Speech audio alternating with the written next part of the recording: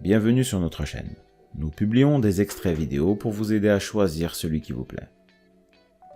Pour savoir comment télécharger ce livre audio gratuitement ou un autre de votre choix, n'hésitez pas à cliquer sur les liens en description.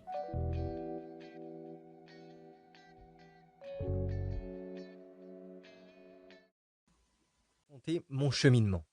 J'ai fait confiance à mon intuition, à mon cœur et à mon instinct. Par exemple, en 1973, au retour de la guerre, lorsque mon père pauvre m'a conseillé de retourner à l'école, d'obtenir un diplôme d'études supérieures et de travailler pour le gouvernement, mon esprit est aussitôt devenu engourdi. Mon cœur s'est alourdi et mon instinct m'a dit « pas question ». Puis lorsqu'il m'a suggéré de reprendre mon emploi à la Standard Oil ou de devenir pilote de ligne, encore une fois, mon esprit, mon cœur et mon instinct ont dit non. Je savais que j'en avais fini avec la navigation et le pilotage, même s'il s'agissait de bonnes professions bien rémunérées. En 1973, à l'âge de 26 ans, je devenais adulte. J'avais suivi les conseils de mon père et j'étais allé à l'école. J'avais obtenu mon diplôme collégial et j'avais 2 professions, une licence d'officier de navire et un brevet de pilote. Mais le problème, c'était qu'il s'agissait de professions, de rêves enfantins. À l'âge de 26 ans, j'étais assez vieux pour savoir que l'éducation est un processus.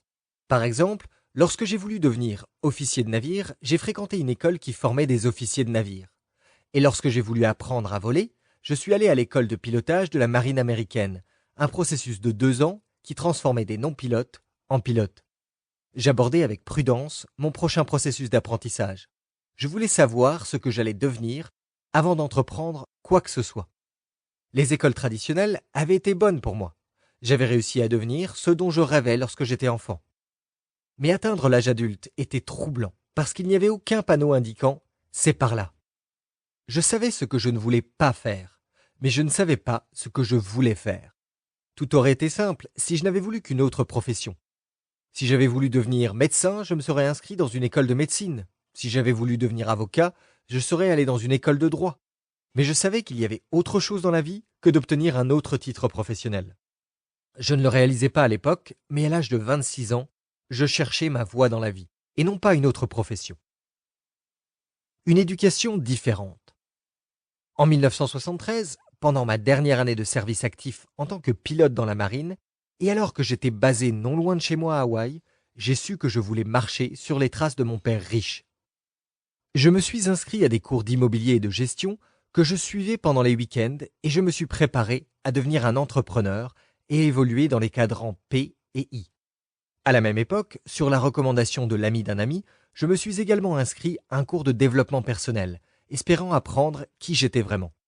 Pour moi, ce genre de cours ne s'inscrivait pas dans un programme d'éducation traditionnel, car je ne le suivais pas pour obtenir des crédits ou des notes.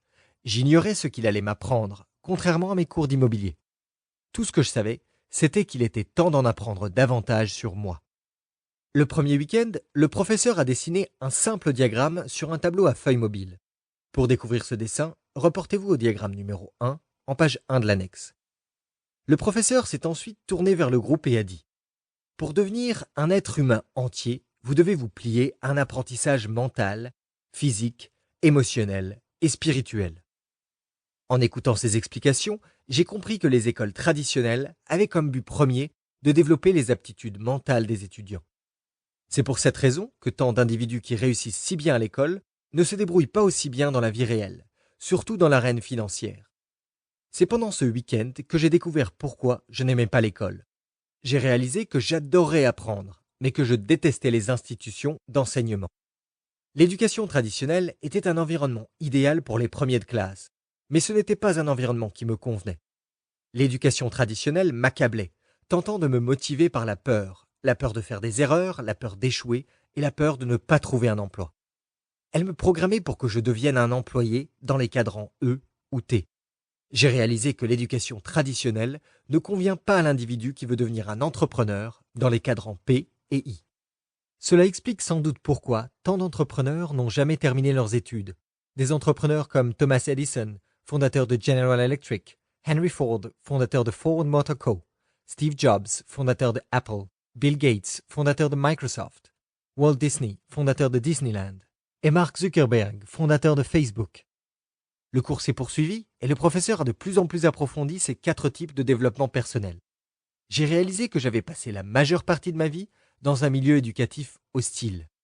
Après 4 ans d'études dans une académie militaire entièrement masculine et 5 ans comme pilote de la marine, j'étais plutôt fort mentalement et physiquement. En tant que pilote de la marine, j'étais fort émotionnellement et spirituellement. Mais uniquement sur le...